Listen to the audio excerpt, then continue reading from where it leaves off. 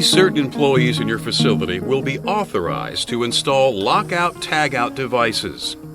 These employees must be able to recognize hazardous energy sources, as well as the type and amount of the energy associated with each one. They must also be aware of the procedures and devices that are used to control these energy sources. Other people who work with or around the machines and equipment that are serviced in lockout-tagout situations are designated by OSHA as affected employees, since they may be affected by the work that is being done. These employees need to understand the purpose of your facility's energy control procedures and how they are used, and they must be informed whenever lockout-tagout work is being done in their work areas.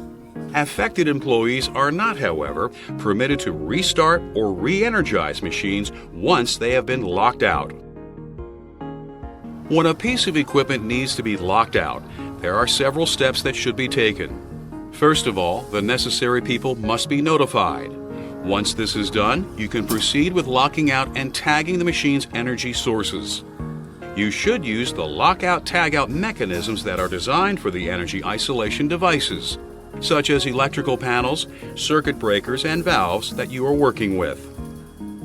Some facilities store all lockout-tagout equipment in a central location, and there may be a lockout-tagout log in which authorized employees must sign the devices in and out.